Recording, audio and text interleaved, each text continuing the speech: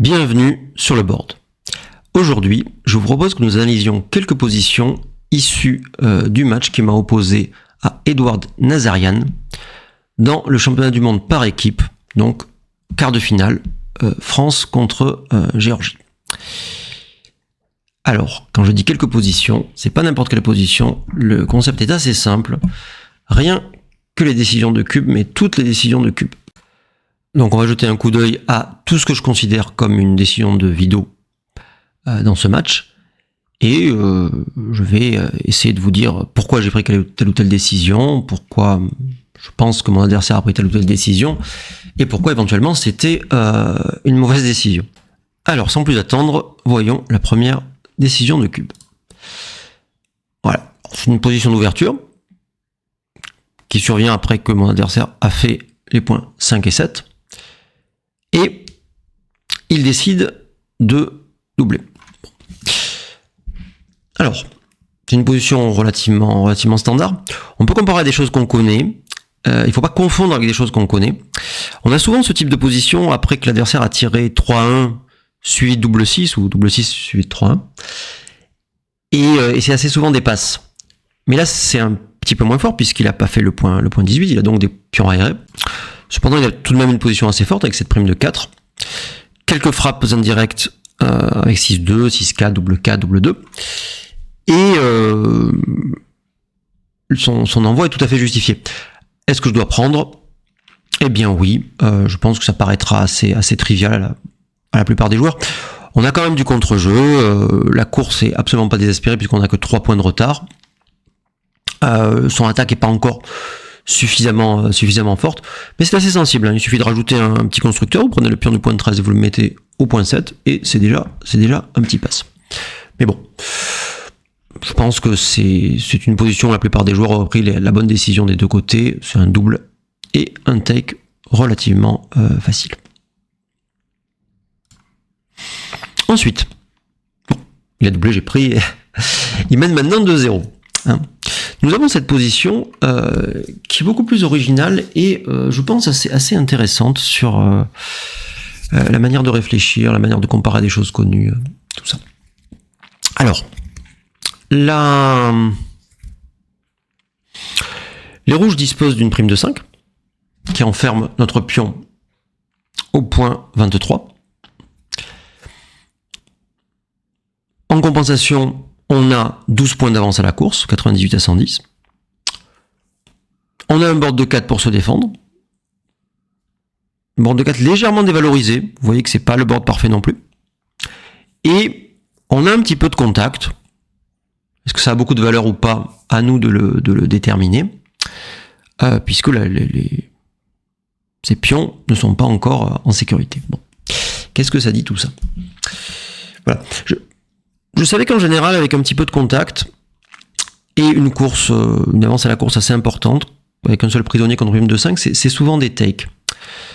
Le fait qu'il mène 2-0 fait aussi pencher la balance du côté du take. À quel point le contact est important ? Je l'ai jugé plus important qu'il n'y paraît, étant donné qu'il y a quand même un certain nombre de jets problématiques pour lui, nommément 6-2, 6-1, ça, c'est la partie évidente, hein, 6-2, 6-1, il va être obligé soit de laisser une frappe, soit de casser son board. Il va laisser une frappe, hein, soyons clairs, il va jamais casser sa prime. Ça, c'est la partie évidente. Mais il y en a quelques autres, un peu plus discrets, comme 4-2. 4-2 qui va peut-être jouer en frappant, ou en partant d'ici, je ne sais pas. Encore 3-1. Bon. Tout ça, c'est des jets. On pourrait ajouter des choses comme 5-2, 5-As, ou encore 4-1, qui concèdent rien de très grave, mais qui sont quand même un petit peu désagréables pour lui. Tout ça, c'est des choses que j'ai jugées suffisamment importantes pour prendre. Voilà. Mais il y a un aspect que j'ai un petit peu négligé, c'est que la force de mon board est vraiment dévaluée. Et dans toutes ces séquences où j'ai une frappe, ça va être très important. Hein. Parce que avec ce pion au point As, et même le point As fait plutôt que, mettons, le point 4, ça serait magnifique, hein. eh bien, à chaque fois que je vais avoir une frappe, ça va être moins important que si j'avais un board plus fort. De même, ma course est aussi un peu dévaluée dans le sens où, eh bien, si je m'approche avec un as, il aura toujours envie de me frapper avec non seulement un 3, mais aussi tous les pions qui seront éventuellement approchés selon comment la partie se déroule. Et mes return shots de la barre seront beaucoup moins pertinents. Donc pour toutes ces raisons, il fallait passer. C'est une erreur assez importante de ma part. En fait, le contre-jeu des blancs, constitué par le petit contact et la course, est fortement dévalorisé par la faiblesse de mon board. Voilà. Donc, double take a été choisi, une petite erreur de ma part, et j'en ai payé le prix par la perte de 2 points. Ensuite, alors là c'est assez trivial, hein. Mon adversaire n'a pas eu l'occasion de vraiment de doubler, il avait une avance modérée à la course, il a tiré double 6, et on se retrouve dans cette position. Bon, je vous fais pas l'injure de l'analyser, c'est un double passe, il n'y a rien à réfléchir. Et donc je suis mené 5-0. Alors, c'est une position qui me paraît intéressante. Le trait est encore une fois mon adversaire, qui est mieux une nouvelle fois. Et il se pose la question de savoir s'il faut doubler ou pas. Et alors, souvent quand on analyse un cube, on part de la décision adverse. Est-ce que c'est un take ? Je veux dire, cette position est à peu près impossible qu'elle soit tout good, donc si c'est un pass, il faut doubler. Hein. Il n'y a pas de réflexion. Si c'est un take, mais qui est pas clair, léger, eh bien, il faut probablement doubler aussi, parce que la moindre amélioration du côté des rouges provoquerait un pass et perdrait le marché, comme on dit. Bon.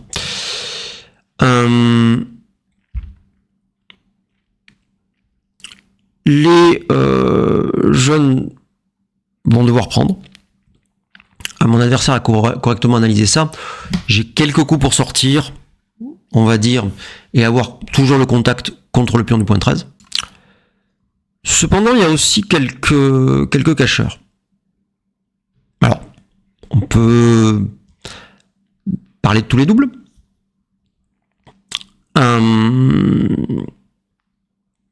Des choses assez claires comme double as où on va faire le point 5 et le point as, mais aussi double 5 ou double 4 qui vont permettre de libérer le point 13 justement, qui est le point problématique. Double 3 également, double 2 n'est pas moche, tout ce genre de trucs. Et d'une manière générale, des séquences où les blancs font gala en fait, les rouges, mettons, passent leur pion, jouent 5 et 4 par exemple, et les blancs font de nouveaux galas. Est-ce que c'est toujours un take, sachant que la libération du point 13 est proche? Eh bien, c'est pas sûr. Et je pense que c'est ce type de séquence que mon adversaire a sous-estimé. On fait quand même gala souvent avec les jaunes. Hein. Les jaunes ou les blancs, comme vous voulez. Je veux dire les blancs, c'est plus simple. On fait quand même gala souvent, hein, 16G sur 36, pratiquement une chance sur 2. Et les rouges vont quand même améliorer tout le temps. Il y a ces jokers. Et même quand je rentre et que les rouges regrettent un petit peu d'avoir doublé, ils auront jamais une position catastrophique. Hein. Il faut bien le dire. Donc les quelques cacheurs justifiaient ici le double. Et je pense que mon adversaire a surajuster, comme on le fait quelquefois, c'est-à-dire qu'il s'est dit je mène 5-0, il faut quand même temporiser sur le vidéo, mais ici je pense que les blancs auront pas de recul trop puissant, prochainement la position est pas d'une volatilité, ne sera pas d'une volatilité énorme dans les séquences même favorables aux blancs. Et par conséquent, il a manqué un double assez important dans cette position. Et qu'est-ce qui se passe? Eh bien, il tire le double 5.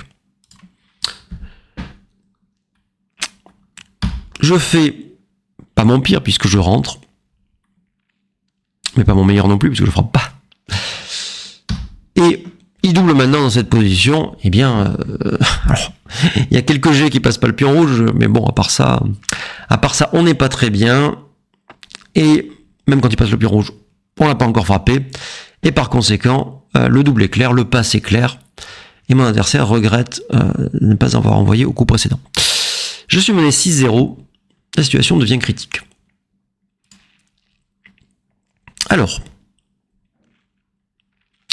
la partie s'est déroulée d'une manière un peu tranquille, un holding game assez classique, où j'avais ma défense très forte avec le point 21, plus un pion arriéré au point 24. Très très fort en défense, hein, comme vous le savez certainement. Et mon adversaire a joué la sécurité comme il devait la jouer, et se retrouve avec un jet catastrophique 6 et 3, qui joue de la manière suivante. Alors, doit-on doubler avec les blancs et doit-on prendre avec les rouges? Les deux décisions ne sont pas évidentes en réalité. Il faut... Alors, si je dis que la décision des rouges n'est pas évidente, j'ai donné une bonne réponse pour la décision des blancs. Mais bon, essayons quand même de voir les choses objectivement. Prenons les rouges. Doivent-ils prendre si les blancs doublent? C'est plutôt dans cet ordre-là qu'il faut faire les choses. Alors, évidemment, si on est frappé, on n'est pas content. Hein. On n'est pas content. Il y a du gammon. Et on regrette une telle situation alors qu'on menait 6-0. Bon. Cependant, on ne peut pas passer à chaque fois qu'on est menacé de quelque chose. Alors, quelle est la gravité de la menace, si vous voulez? Il y a très exactement 20 G qui frappent. Bon. Un peu plus de la moitié. Sur ces 20 G, on n'est pas gammon à chaque fois. Hein. On peut tirer un as tout de suite, s'en sortir. On peut, si les blancs ont frappé au point 3 et non pas au point 1, le deuxième homme n'est pas encore non plus attrapé. Donc on va être gammon assez souvent, mais bon, pas tout le temps quand même. Hein. Bon. L'adversaire peut rentrer au point 2, on n'a pas mis le point 3 en sécurité, bon, c'est assez marginal. Ou il peut rentrer au point 5 ou au point 4. Et on commence à se demander si on pourrait pas renvoyer à 4 avec les rouges. Alors, le score fait que ça va peut-être être un peu compliqué. Mais en tout cas, je pense avoir déjà donné une grosse partie de la réponse. Il y a 16 G sur 36 où on n'a pas perdu et on n'est pas gammon. Bon, et sur les 20 G sur 36 qui frappent, on n'est pas gammon tout le temps. Hein. Donc, ça nous donne une espérance de gain tout à fait raisonnable. Et on peut pas passer alors qu'on a 16 scénarios favorables. Voilà. Il faut... même si les scénarios dangereux sont très effrayants et sont nombreux, il faut quand même regarder les scénarios qui sont... les scénarios, si vous voulez, qui sont en notre faveur. Voilà.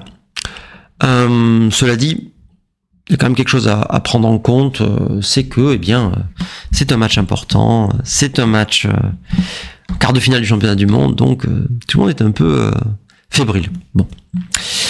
Ok. Même si on considère que notre adversaire va prendre, parce que dans la plupart des cas, votre adversaire va prendre, quoique la dimension de bluff soit pas inexistante ici, moi je m'attendais pas à un pass, hein, très honnêtement. Est-ce qu'il faut quand même doubler? La réponse se trouve dans le caractère volatile de la position. Vous avez 20 G sur 36 où vous êtes dans une position quand même très très favorable, hein, avec du gammon et avec un énorme avantage. Hein. De plus, vous êtes mené 6-0, donc une situation où vous pouvez marquer 4 points est intéressante à prendre. Hein. Voilà. Avec... même si la position est proche d'un redouble passe, dans le cas où vous frappez pas, ce qui n'est pas certain, eh bien, vous avez tout de même intérêt à valoriser vos scénarios favorables, dans la mesure où ceux-ci sont remplis de gammon. Voilà. Alors, vous avez l'événement actuel, ce qui s'est produit ici, j'ai doublé correctement. Et mon adversaire a passé, ce qui est une grave erreur. Grave erreur provoquée en grande partie, je crois, à la fois par l'enjeu du match et par un surajustement. Mon adversaire s'est dit, je mène 6-0, je veux pas perdre 4 points d'un coup. Mais bon, malheureusement, il y avait aussi des chances de marquer 2 points. Hein. Il faut pas. Voilà. Bon. Mais on a tous fait des erreurs comme ça. Hein. C'est très difficile de garder la tête froide dans ce type de situation. Je remonte donc un petit peu, 6-1, et nous passons à la partie suivante. Qu'est-ce qui s'est passé? Oui, je viens de tirer un double 4 puissant, me retrouvant dans cette position. Alors, je pense que le double est absolument trivial. Hein. J'ai 24 points d'avance à la course, meilleur board, meilleur tout, une prime, une frappe. Je suis mené au score. Donc le double est absolument trivial. La question qui se pose, c'est plutôt le take ou pas. Et cette fois, mon adversaire a pris une décision sage. Effectivement, j'ai beaucoup de menaces. Les rouges ont un contre-jeu inexistant. Le peu de jeux qu'ils auraient pu avoir est dévalué par le fait que j'ai une encre au point 20. Mes 2 pions étaient au point 24, on pourra en discuter.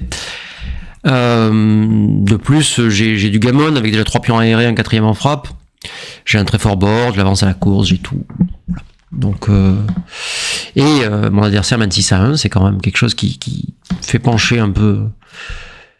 Enfin, c'est déjà un pass assez solide, hein, quoi qu'il arrive, je pense, mais bon, le score en plus fait qu'on n'a pas envie de jouer ce type de position avec beaucoup de gammon et tous les avantages du côté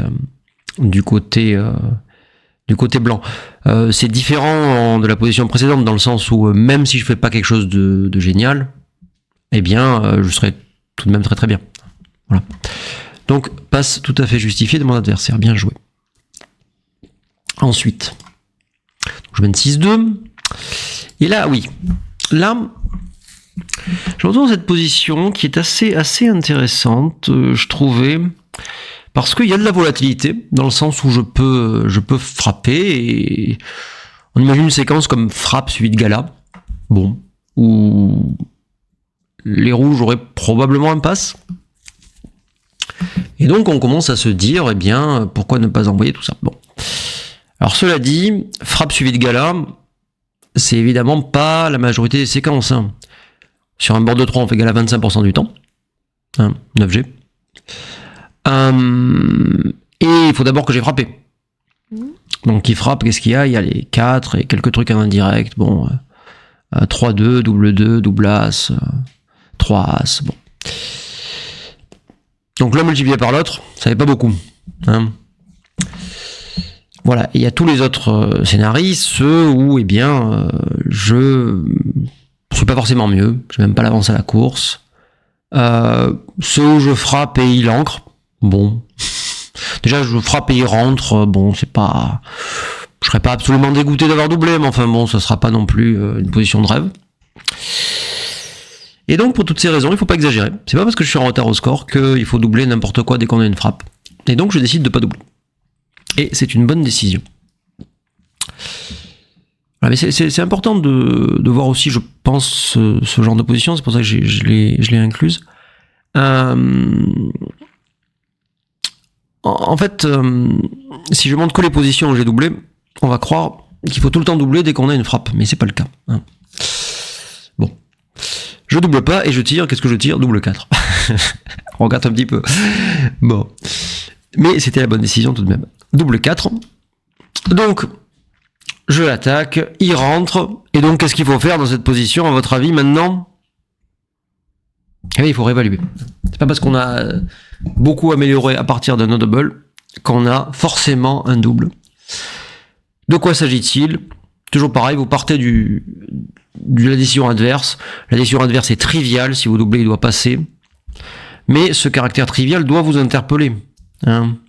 Est-ce que ce serait pas devenu too good? hein, parce qu'on a beaucoup de gammons dans cette histoire quand même. On peut attaquer avec un 4, on peut attaquer avec 6 As, tout ça.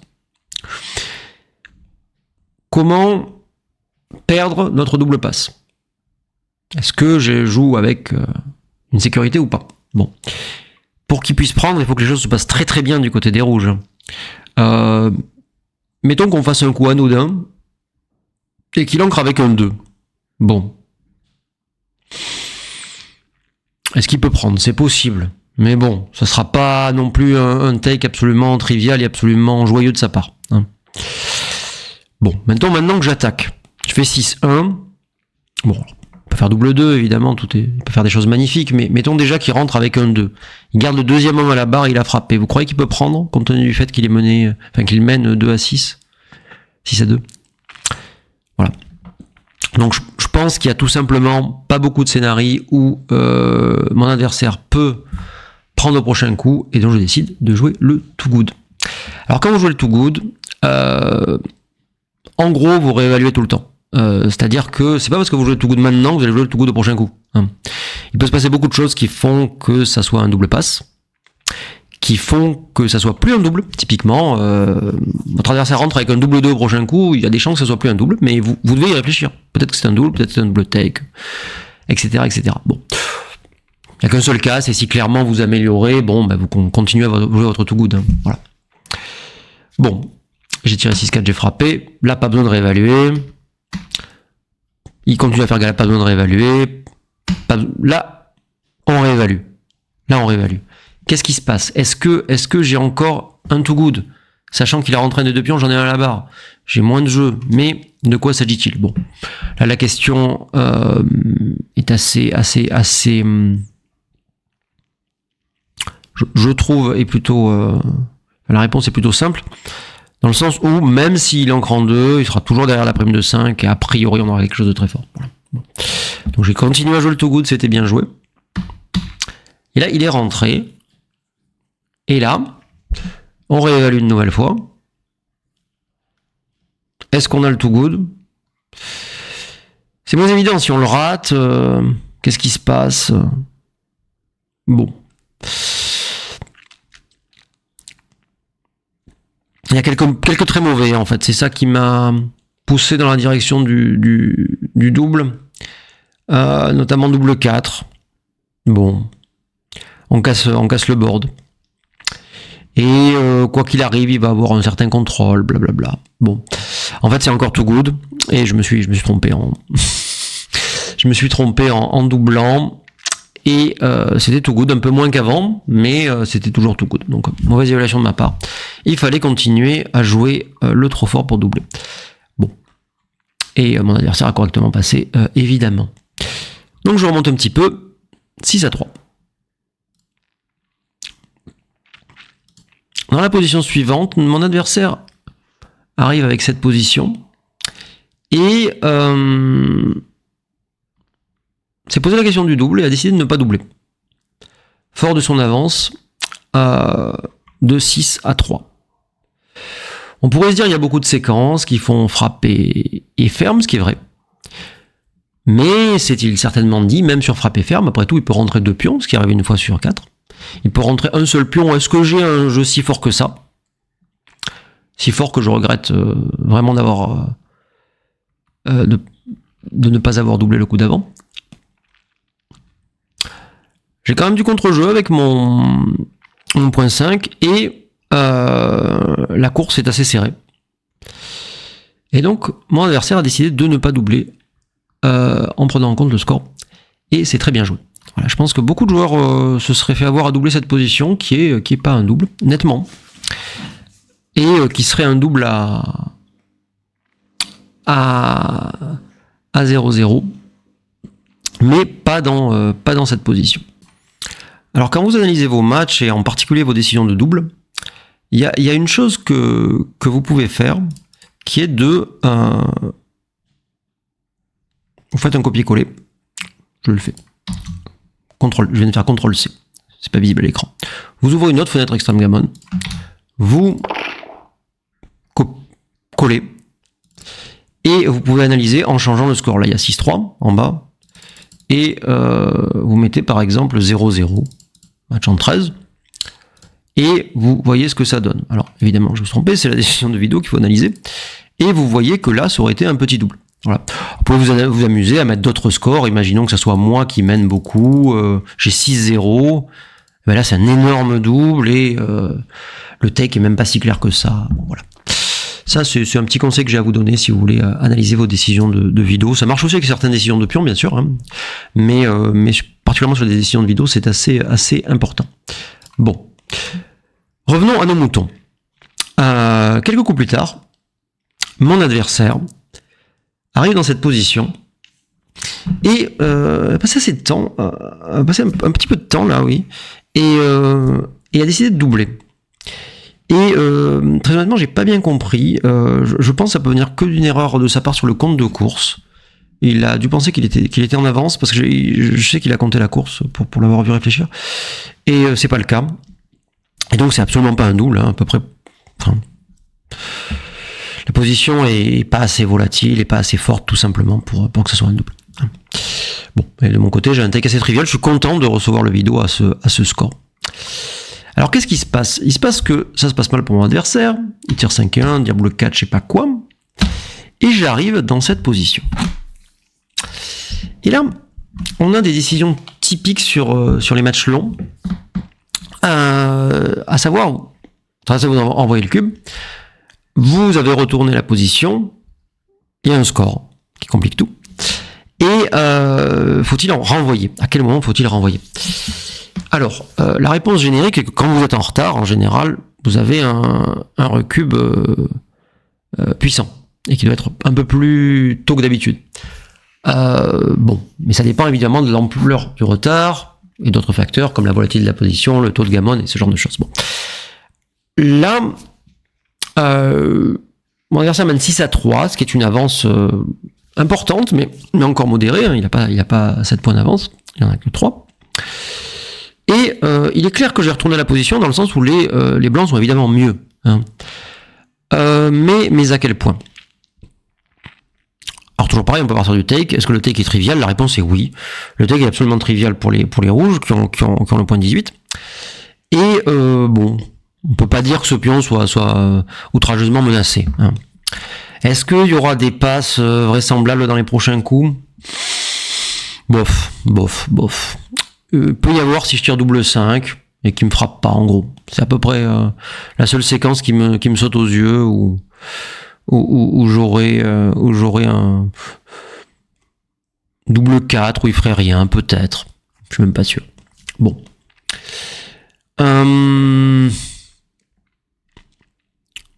Mais bon, il faut quand même doubler plus tôt. Est-ce que bon. Mais il faut absolument des pertes de marché vraisemblables. Et en plus, il y a un facteur important, c'est qu'on joue pas avec des ordinateurs, on joue contre des humains qui font des erreurs. Et par conséquent, on a envie d'envoyer un cube à un moment où c'est problématique pour lui. Où il y a une réelle décision de double de take ou de passe. Bon. Donc voilà, ce que j'essaye de dire, c'est qu'il y a une certaine valeur pratique du double qui n'est pas prise en compte par l'ordinateur, en particulier à ces scores asymétriques, des vidéos à 4, en match avec enjeu.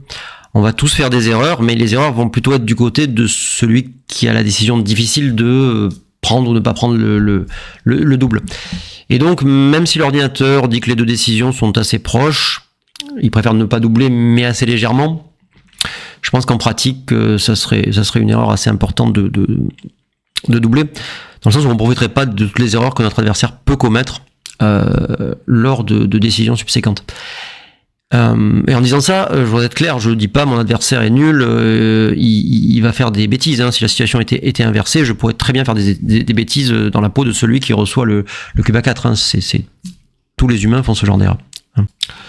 Toutes ces considérations brillantes ne m'empêcheront pas de perdre cette partie et d'être mené 8-3. Et survient une position apparemment simple, et que voici. Alors, ça peut paraître fastidieux d'étudier des décisions de course, mais on va quand même jeter un petit coup d'œil.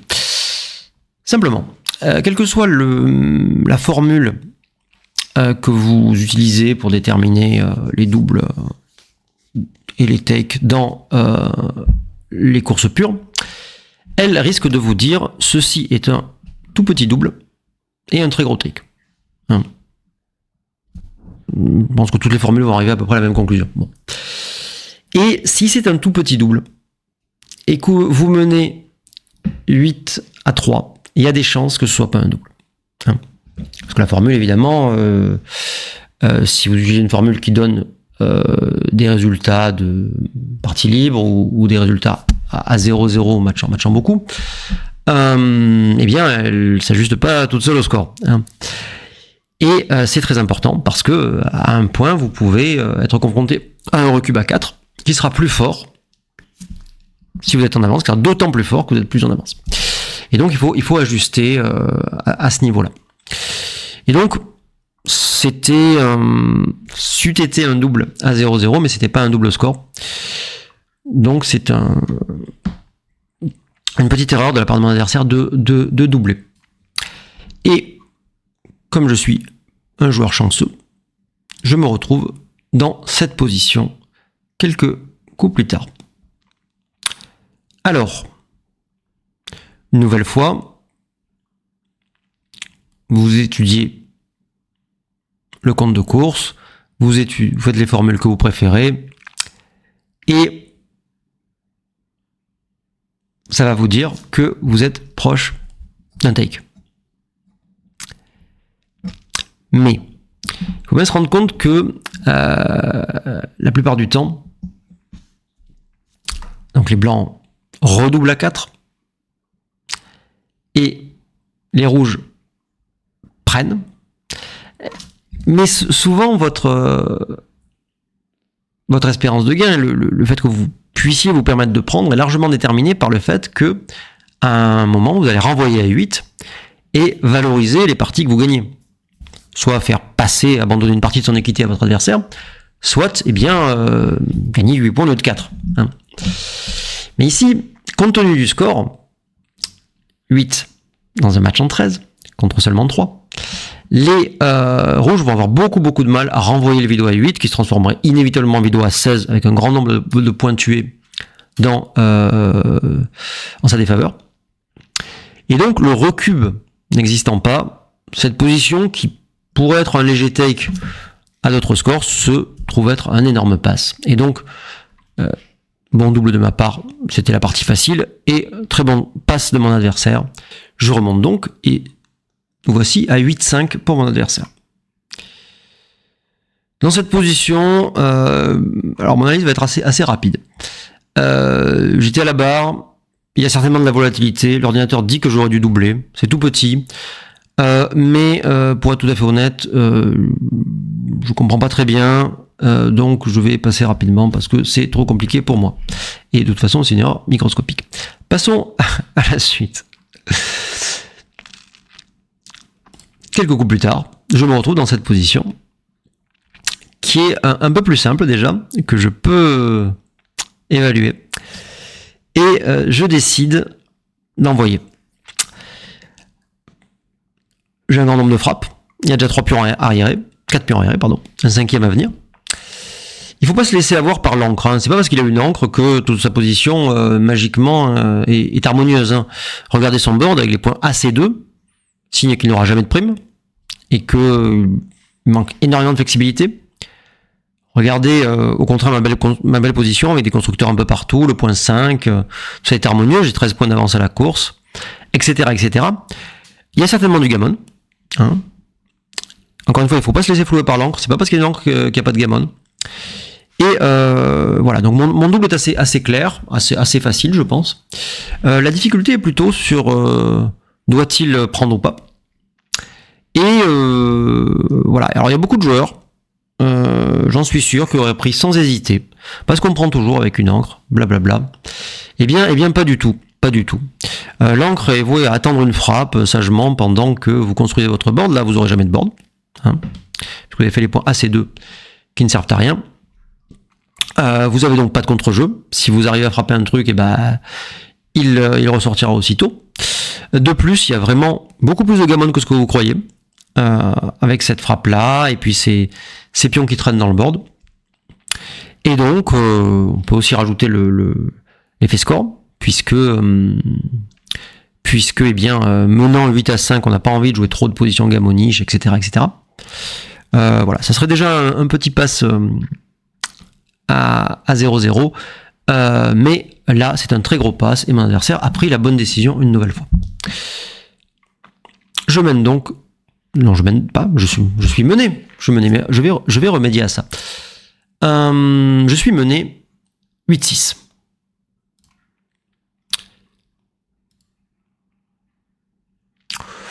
Oui, alors cette position, qu'est-ce que je voulais vous dire? Oui, cette position est un petit peu avantageuse, assez prometteuse globalement. On est un petit peu mieux dans tous les domaines. Une porte de plus, un spectre de prime, quelques menaces. La course est égale, j'ai le trait, on peut considérer que je suis un petit peu en avance. Bon. Et voilà, c'est là qu'il faut considérer l'ampleur du retard au score. Avec un retard plus important, mettons 5 points de retard, par exemple, ça aurait été un double assez clair. Là, on attend de meilleures opportunités. C'est pas très très éloigné d'un double, mais c'est pas suffisant pour doubler. Il y a évidemment aucune dimension de bluff contre un bon joueur. Voilà, c'est pas la peine de doubler.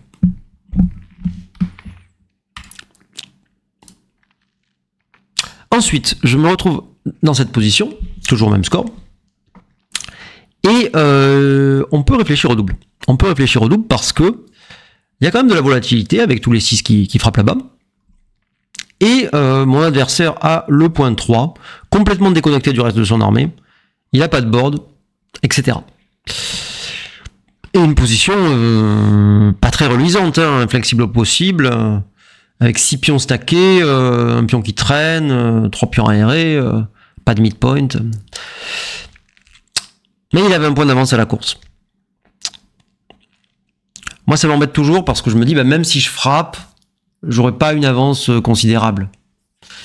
Et donc, j'ai pris la décision un peu hâtive de ne pas doubler. Et c'est une grosse erreur de ma part. C'est une grosse erreur de ma part. Il lui fallut doubler. Et étant donné qu'en fait, les 6 sont d'énormes cacheurs. On se rend pas compte à quel point la position des rouges sera grave s'ils se font frapper. Il y a un petit peu de gammon du coup, plus que ce que vous croyez encore une fois, c'est pas parce qu'il y a une langue qu'il n'y a pas de gammon. L'ordinateur affiche 20% de gammon, enfin 19,5 exactement. Et c'est quand même quelque chose, hein, c'est quand même quelque chose. Et le truc, c'est que même si on frappe pas, bon, certes on aura 20 points et enfin un peu moins de 20 après avoir joué, sauf si on fait double 6, un peu moins de 20 de retard à la course. Mais à part ça, on a vraiment tous les avantages. Notre adversaire n'a aucun board, et il est primé, on contrôle l'extérieur, on est ancré, il peut rien nous arriver. Enfin, il se passera plusieurs années avant que notre adversaire ne puisse redoubler efficacement. Bon, voilà. Donc, pour toutes ces raisons, et en particulier pour la puissance des 6 qui frappent, et la bonne position que j'aurais si je ne frappe pas, j'aurais dû doubler. C'est une grosse erreur de ma part, je ne l'ai pas fait. Alors que je pense que c'était un double tout à fait trouvable. Et j'ai frappé puissamment. Mon adversaire est rentré avec 5-2. Et c'est le moment c'est le moment où j'ai décidé d'utiliser mon Vido et de doubler. Avec un énorme avantage que mon adversaire a sous-estimé puisqu'il a pris. Ce qui est une grosse erreur. Une fois encore, je pense qu'il s'agit de surestimation de l'encre. En plus au point 3, pour ceux qui regardent mes vidéos, vous savez le point 3 c'est jamais terrible. Et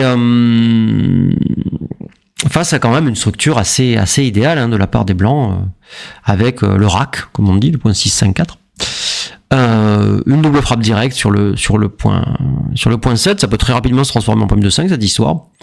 Aucune faiblesse, le contre-jeu des rouges, malgré l'encre, est assez difficile à cerner. Hein. Ils ont une position extrêmement inflexible une fois de plus.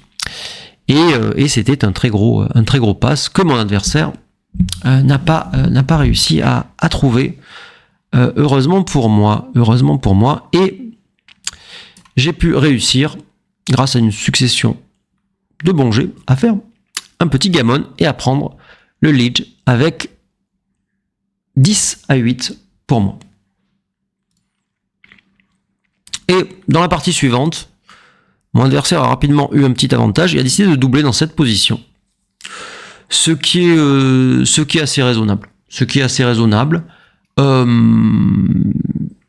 Il a un certain nombre de jets favorables, même si les deux sont un petit peu dupliqués.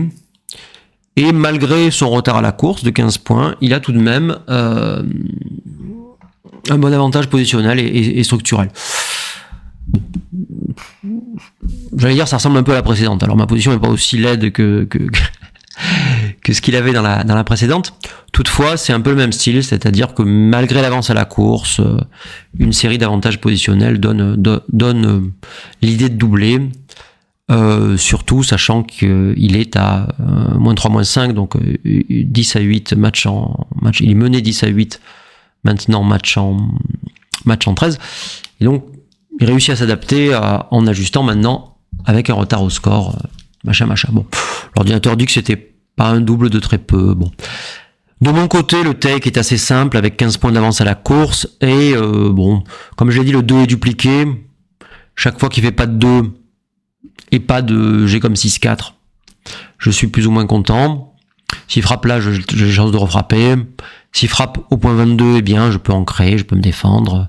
J'aurais pas un retard à la course énorme puisque j'avais 15 points d'avance au départ. Et par conséquent, mon take est assez trivial, ce qui ne m'a pas empêché de perdre la partie, et ça nous fait 10 partout. Ensuite, on se retrouve dans cette position. Encore un point 3, je déteste le point 3. La position est assez difficile. Une fois encore, il n'a pas de structure. Cette fois, c'est moi qui ai 20 points d'avance à la course.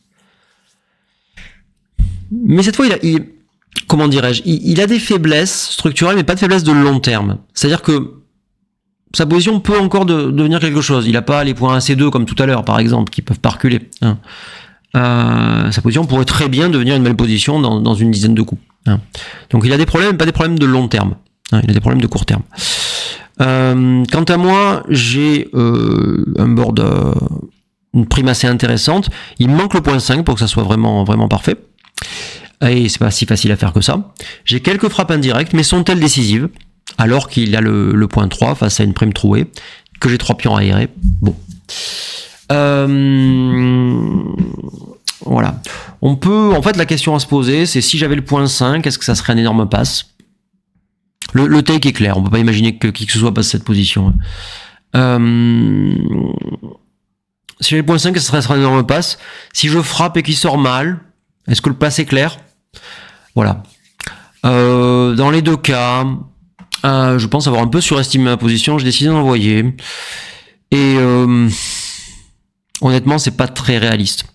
Je pense que c'est un petit peu lié au fait que j'avais joué tout le match en étant derrière. Et donc, on envoie beaucoup plus tôt.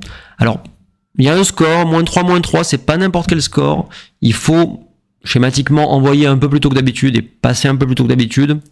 Mais on est quand même loin du compte dans cette position et c'est donc une erreur assez importante de ma part. Si on fait le point 5 et que les rouges ne font rien, il commence à se poser la question du pass, mais ça sera jamais un pass énorme quoi qu'il arrive. Si on frappe un pion, et bon, il n'y aura jamais de passe. Et voilà, ma position est tout simplement pas assez forte pour à cause des 3 pions aérés et du manque de connectivité aussi. Si j'avais le midpoint qui me permettait de contrôler l'extérieur, de ramener mes pions de l'arrière sans être intercepté par tous ces hommes qui contrôlent la zone, eh bien, ce serait un peu mieux. Donc j'ai surestimé un peu ma position et j'ai doublé. Que s'est-il passé? Ai-je été puni? Pas du tout, j'ai marqué 2 points. 2 points dans la besace et c'est magnifique. Je mène 12-10 Crawford. Alors 12-10 Crawford, laissez-moi vous dire qu'il n'y a pas eu de décision de cube particulièrement difficile. Mon adversaire a gagné la partie. Nous arrivons à 12-11 Crawford. Et post-Crawford, pardon. 12 à 11, -2, -1. Et au premier coup de la partie, n'oubliez pas d'envoyer. Mon adversaire a envoyé. Après que j'ai eu fait le point 3. Et par conséquent, le take est trivial également. Et ce fut un DMP endiablé, duquel je suis sorti vainqueur, offrant la victoire à mon équipe, puisque nous avons remporté ce quart de finale 3-1 contre la Géorgie, qui est une équipe qui n'a pas démérité. Hein. Globalement, mon adversaire a bien joué. Hein. Je voudrais pas... Parce qu'il y a une décision de cube où il a vraiment fait une très très grosse erreur. Je voulais pas laisser imaginer que mon adversaire est un mauvais joueur, c'est pas le cas du tout. Hein. Mais une erreur, aussi grosse soit-elle, ça prouve rien, j'en ai déjà fait des pires. Et voilà, il sort du match avec un niveau tout à fait respectable malgré ses erreurs. C'est un signe que le type était un fort joueur.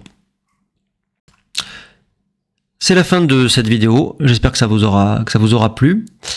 Dites-moi ce que vous pensez du format. Voilà, le match était un petit peu long pour qu'on puisse analyser chaque décision. Puis je trouvais que c'était intéressant de faire comme ça une succession de positions de cul avec des scores qui se modifiaient et en même temps qu'il reste des choses tout à fait pratiques, hein, des décisions auxquelles nous avons été confrontés en pratique, mon adversaire et moi. Donc voilà, j'espère que ça vous aura apporté quelque chose. Je vous signale quelques actualités. C'est pas dans mes habitudes, mais pourquoi pas. Mon club, l'Ancre Marseillaise, a inscrit une équipe en championnat du monde des clubs par internet. J'en parle en fait parce que je sais que beaucoup d'abonnés, soit jouent la même compétition, soit ont des camarades de club ou des amis, ou les deux qui participent, donc voilà.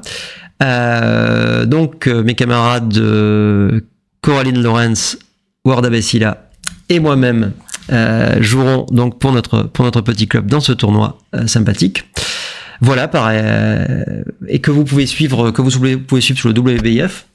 Allez, je mettrai le lien dans la description. Les matchs sont généralement annoncés à l'avance, donc vous connaissez l'horaire, vous pouvez suivre les matchs, c'est vachement bien fait. Voilà, dans le même ordre d'idée, vous pouvez suivre aussi les deux équipes de France, hein, puisqu'il y a à la fois l'équipe de Tania Klimova qui joue le championnat du monde féminin online, et celle dont j'ai l'honneur d'être le capitaine qui joue le championnat du monde mixte online. Du coup, voilà, vous pouvez suivre ces deux choses-là. Notre équipe féminine est à 2 points sur 3, je crois. Elle est pas mal placée. Et l'équipe dont je fais partie est à 3 points sur 3 et donc en tête de la compétition, et nous affronterons dans la prochaine ronde les Émirats Arabes Unis. Voilà pour ce petit point d'actu, j'espère que tout ça vous aura plu. Je vous remercie d'avoir tout regardé, et je vous dis à la prochaine, et surtout quoi ? Surtout, ne faites pas trop de blunders.